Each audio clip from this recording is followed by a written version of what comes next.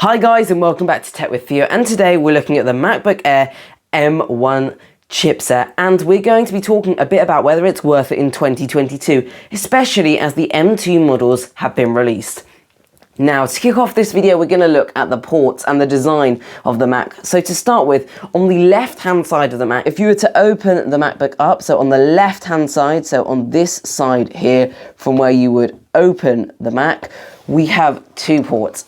They are the exact same USB-C ports, and I believe they can both be used for charging and as a display port output. So you can use it to connect to a monitor. And then around the back of the Mac, it is nothing. It's a very sleek hinge design, very minimalistic design around the back, which is definitely nice. Now, on the right-hand side of how you would open the computer, we find a 3.5mm headphone jack, which for Apple is definitely welcome and is great if you're working on the go and you need a headphone jack to use some headphones, or maybe, like me, you record some voiceovers or something like that with an external microphone.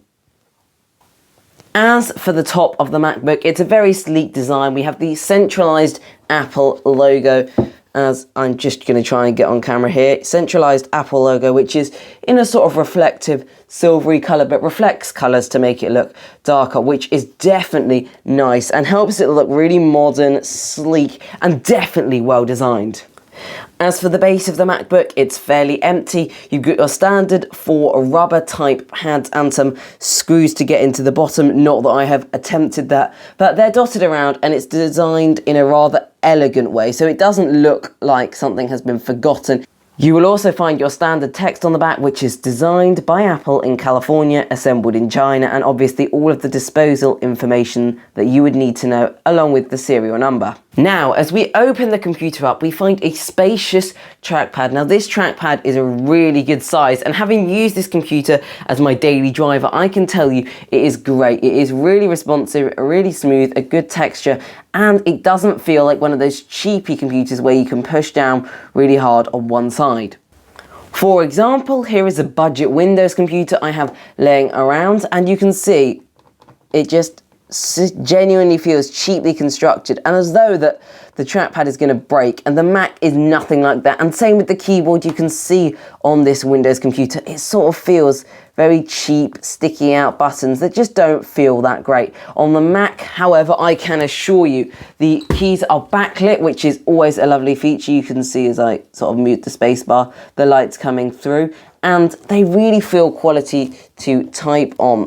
As for the display, the MacBook Air has a display which is 13.3 inches diagonally with a peak brightness of 400 nits. As you can see here, I have put on some 4K quality. I don't think this screen supports that resolution, but it's some really high quality filming. And you can see here, the screen on this is great. At brightness, at peak brightness, you can see gets fairly bright. It's hard to tell through a camera, but it's definitely all right considering we have a light pointing at it. Nothing extraordinary, but still very good for day-to-day usage.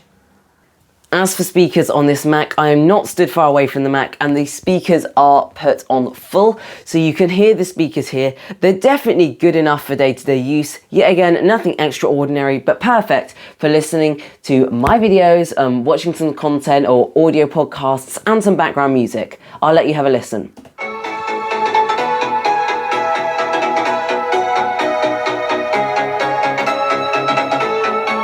So as you can hear, they get fairly loud and they definitely do the job in day-to-day usage. As for speakers, on the right-hand side you can see this mesh grille, and on the left-hand side of the keyboard there are speakers. So there are dual speakers which create quite good firing audio. As you can see here, the keyboard is backlit and it's a very good design. Coming back to that, you've got everything placed in a good position, and on the bezel of the screen, if I can get my camera to focus on it, there is a neat and elegant MacBook Air logo. Apple are always amazing with software updates, which is another great thing about this Mac. It will undoubtedly be supported for years to come, and I'm sure it will outlast any Windows competitors. Very similarly, as I said in my iPad video, they tend to get very good software support, and Apple are definitely one of the best companies for that.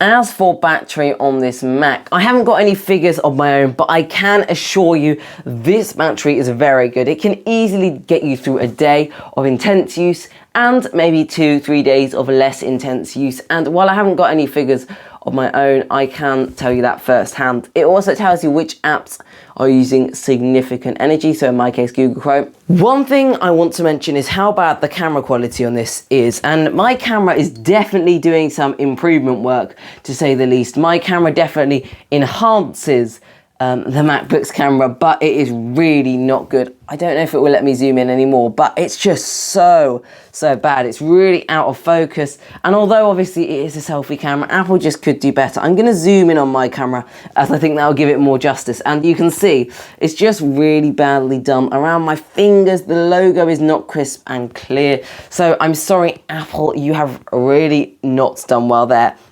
And whilst I am not using my selfie camera, I will say the colour and the way that this phone takes it, you can see the texture so much better when I record it on this compared to the MacBook one, where there is literally a blue sheet. Don't get me wrong, it will do for your day-to-day Zoom calls and your friendly chats online, but I would not recommend taking any selfies or anything that you're going to post online on this. And you definitely would struggle to get good video content if you're making a video for YouTube or a streaming service on this computer. Now, I apologise for my voice in this voiceover. I have a bit of a cold and I'm not feeling great, but I'm still going to record this anyway. I'm just going to say, compared to the M2 MacBook Air, the main improvements on the M2 are the camera, and it has a better processor. It now has the M2 processor with a 10-core GPU. But in my opinion, for your average user, I still think the M1 MacBook Air is more than worth it in 2022, and it is a great product to own and use. Thank you so much for watching. I've really enjoyed having you here. Don't forget to like and subscribe if you found this interesting or useful, and I'll see you in the next one.